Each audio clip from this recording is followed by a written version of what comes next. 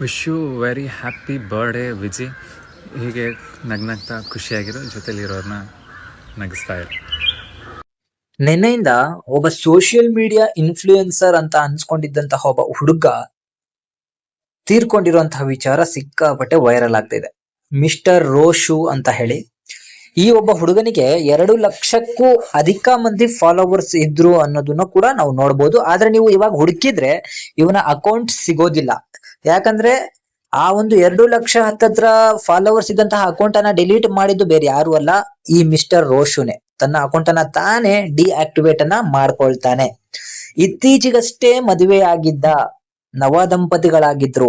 ಆದ್ರೂ ಯಾಕೆ ಇವನು ಅಕಾಲಿಕ ಮರಣಕ್ಕೆ ತುತ್ತಾದ? ಸಾವಿಗೆ ಕಾರಣ ಏನು?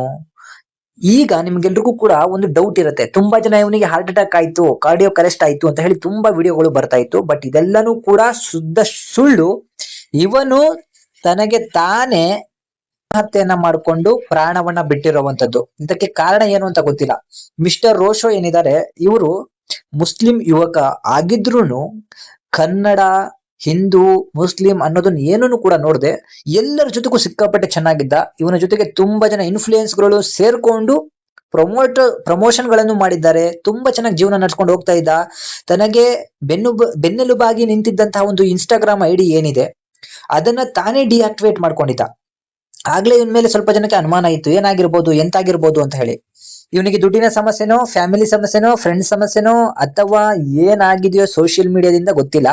ಯಾವುದಕ್ಕೂ ಕೂಡ ಉತ್ತರವನ್ನ ಕೊಡದೆ ತಾನು ನಿನ್ನೆ ನೇಣು ಬಿಗಿದುಕೊಂಡು ಆತ್ಮಹತ್ಯೆಯನ್ನ ಮಾಡ್ಕೊಂಡಿದ್ದಾನೆ ತನ್ನ ಚಿಕ್ಕ ಏಜ್ ಅಲ್ಲಿ. ಅದು ಕೂಡ ಇತ್ತೀಚೆಗಷ್ಟೇ ಮದುವೆ ಕೂಡ ಮಾಡ್ಕೊಂಡಿದ್ರು. ಇದಕ್ಕೆ ಕಾರಣ ಏನಂತ ಗೊತ್ತಿಲ್ಲ. ಈ ವ್ಯಕ್ತಿ ರೀಲ್ಸ್ ಮಾಡ್ತಿದ್ದ, ಕಾಮಿಡಿ ಮಾಡ್ತಿದ್ದ, ಒಳ್ಳೊಳ್ಳೆ ಕಂಟೆಂಟ್ ಗಳನ್ನ ಕೊಡ್ತಿದ್ದ. ಇವನು ತುಂಬಾ ಜನಕ್ಕೆ ಇವನ ಮುಖ ಸಿಕ್ಕಾಪಟ್ಟೆ ಪರಿಚಯ ಇದೆ. ಆದ್ರೆ ಇವನ ಸಾವಿನ ಬಗ್ಗೆ ಸಿಕ್ಕಾಪಟ್ಟೆ ಊಹಾಪೋಹಗಳಿದ್ವು. ಹಾರ್ಟ್ ಅಟ್ಯಾಕ್ ಅಂತೆ, ಆ ಕಾಯಿಲೆ ಅಂತೆ, ಈ ಕಾಯಿಲೆ ಅಂತೆ ಅಂತ. ಬಟ್ ನಿಜವಾದ ಕಾರಣ ಏನಂದ್ರೆ ಇವನು ತನ್ನ ಕೈಯಾರೆ ತನ್ನ ಪ್ರಾಣವನ್ನ ಕಳ್ಕೊಂಡಿರುವಂತದ್ದು. ಇದಕ್ಕೆ ಸೂಕ್ತ ಕಾರಣ ಏನು ಅನ್ನೋದು ಗೊತ್ತಾಗಿಲ್ಲ. ತನ್ನ ಅಕೌಂಟ್ ಅನ್ನು ಕೂಡ ಡಿಆಕ್ಟಿವೇಟ್ ಮಾಡ್ಕೊಳ್ಳುವಂತಹ ಒಂದು ಡಿಪ್ರೆಷನ್ ಗೆ ಇವನು ಹೋಗಿದ್ದಾನಂದ್ರೆ ತನ್ನ ಜೀವನವನ್ನು ಕೂಡ ಇವನು ಡಿಆಕ್ಟಿವೇಟ್ ನ ನಿನ್ನೆ ಮಾಡ್ಕೊಂಡಿದ್ದಾರೆ.